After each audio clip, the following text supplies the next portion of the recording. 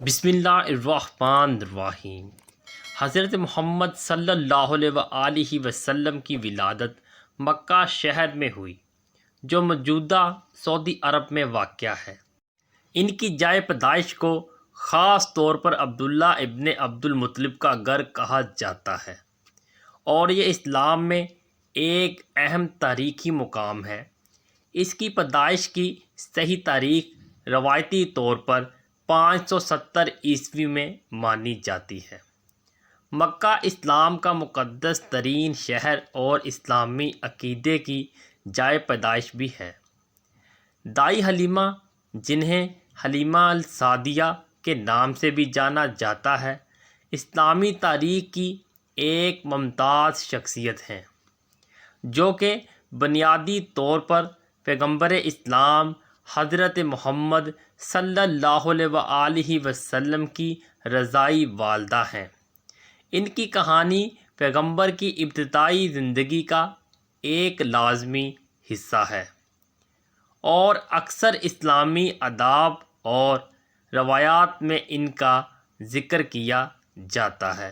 دائی حلیمہ بنو سعد قبیلے سے تعلق رکھنے والی ایک عورت تھی، جو عرب میں صحرا میں رہنے والے قبیلے سے تھیں۔ وہ اور ان کے شوہر عبداللہ نسبتاً غریب تھے اور اپنا گزارا پورا کرنے کے لیے جدوجہد کر رہے تھے۔ اس وقت عرب معاشرے میں خاندانوں کے لیے یہ عام رواج تھا کہ وہ اپنے شیر خواہ بچوں کو صحرا میں رضائی ماؤں کے ساتھ رہنے کے لیے بھیج دیتے تھے۔ خیال کیا جاتا تھا کہ یہ مشق بچوں کو بڑے ہونے اور طاقت حاصل کرنے کے لیے ایک صحت مند ماحول فراہم کرتی ہے۔ جب رسول اللہ صلی اللہ علیہ وسلم ابھی شیر خوار تھے، تو ان کی والدہ ماجدہ حضرت آمنہ نے انہیں دائی حلیمہ کے سپرد کیا۔ یہ فیصلہ بچے اور ان کے رضائی خاندان دونوں کے لیے ایک اہم نعمت ثابت ہوا۔ رسول اللہ صلی اللہ علیہ وسلم کی پیدائش سے پہلے ہی ان کے والد حضرت عبداللہ وفات پا چکے تھے، جو مدینہ کے سفر کے دوران انتقال فرما گئے تھے۔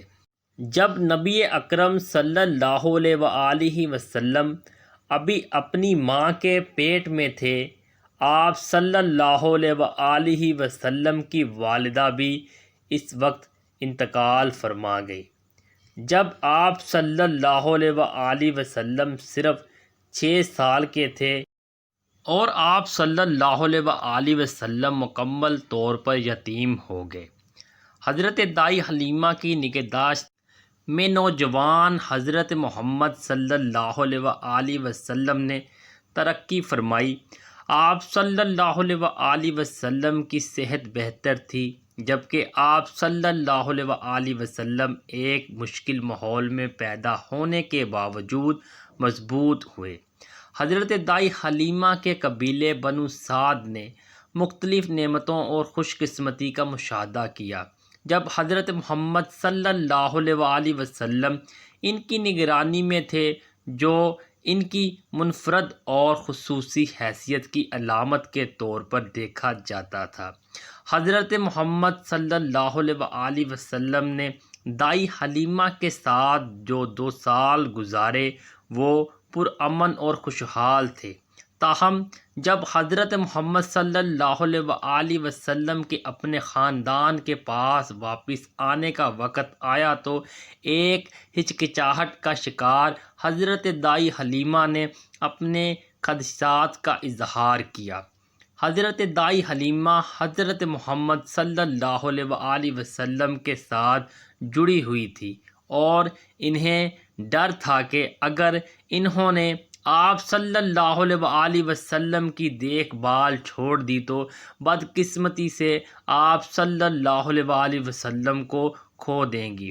بالآخر حضرت محمد صلی اللہ علیہ وآلہ وسلم مکہ میں اپنے خاندان کے پاس واپس آ گئے اور ان کی زندگی کا بقیہ سفر 40 سال کی عمر میں نبوت حاصل کرنے کے بعد کھلا اسلام کے آخری پیغمبر کے طور پر حضرت دائی حلیمہ کو اسلامی روایات میں ان کے ابتدائی سالوں کے دوران پیغمبر اسلام حضرت محمد صلی اللہ علیہ وآلہ وسلم کی پرورش اور دیکھ بھال میں ان کے کردار کے لیے احترام کیا جاتا ہے، اور ان کی کہانی اسلامی تاریخ اور ثقافت کے بہت سے پہلوؤں میں پائی جانے والی شفقت اور مہربانی کی ایک مثال ہے۔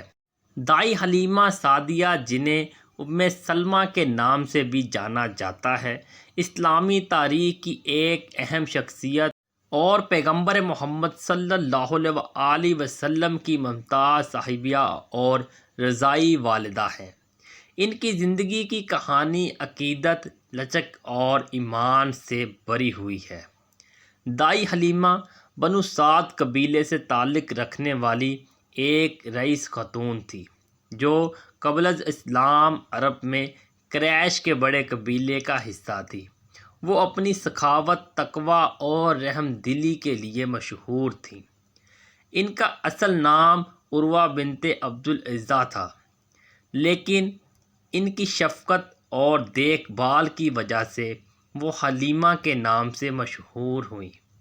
دائی حلیمہ کی زندگی میں سب سے زیادہ قابل ذکر نبی محمد صلی اللہ علیہ وآلہ وسلم کی رضائی بننے کا فیصلہ تھا، جبکہ اس وقت نبی پاک صلی اللہ علیہ وآلہ وسلم یتیم تھے، کیونکہ آپ صلی اللہ علیہ وآلہ وسلم کے والد آپ صلی اللہ علیہ وآلہ وسلم کی پیدائش سے پہلے ہی انتقال کر گئے تھے، اور آپ صلی اللہ علیہ وآلہ وسلم کی والدہ حضرت آمنہ کا انتقال اس وقت ہو گیا جب آپ صلی اللہ علیہ وآلہ وسلم صرف 6 سال کے تھے۔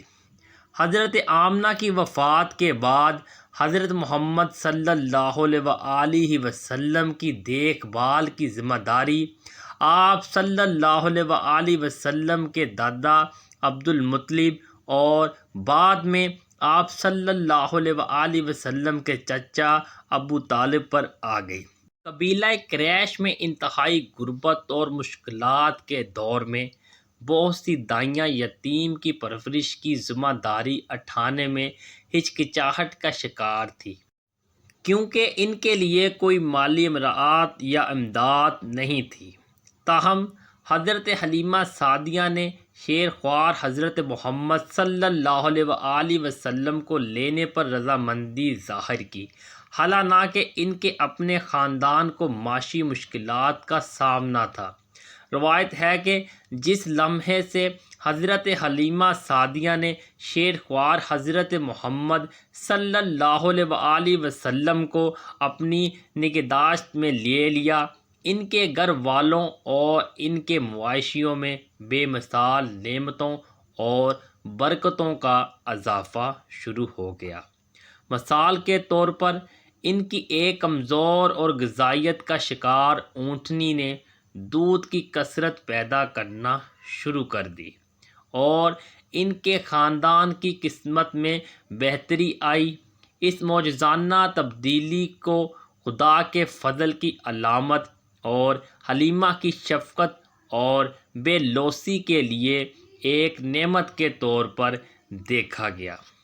حضرت حلیمہ نے کئی سال تک صحرا میں اپنے گھر میں نبی کریم صلی اللہ علیہ وآلہ وسلم کی پرورش کی۔ ان کی دیکھ بھال کے دوران حضرت محمد صلی اللہ علیہ وآلہ وسلم مضبوط اور صحت مند ہو گئے۔ حضرت حلیمہ نے آپ صلی اللہ علیہ وآلہ وسلم کے ابتدائی سالوں میں بھی آپ صلی اللہ علیہ وآلہ وسلم کی معجزانہ خوبیوں کا مشاہدہ۔ کچھ سالوں کے بعد حضرت حلیمہ نے حضرت محمد صلی اللہ علیہ وسلم کو ان کے خاندان کے پاس واپس کر دیا جیسا کہ رواج تھا، تاہم حضرت حلیمہ اور رسول اللہ صلی اللہ علیہ وسلم کے درمیان رشتہ مضبوط رہا اور انہوں نے زندگی بھر گہرا تعلق قائم رکھا۔ اسد اسلامک ویوز چینل کو سبسکرائب کر دے اور مزید واقعات کے لیے ہماری ویڈیو کو لائک اینڈ شیئر کر دے۔ ملتے ہیں نیکسٹ ویڈیو میں، تب تک کے لیے اللہ نگہبان۔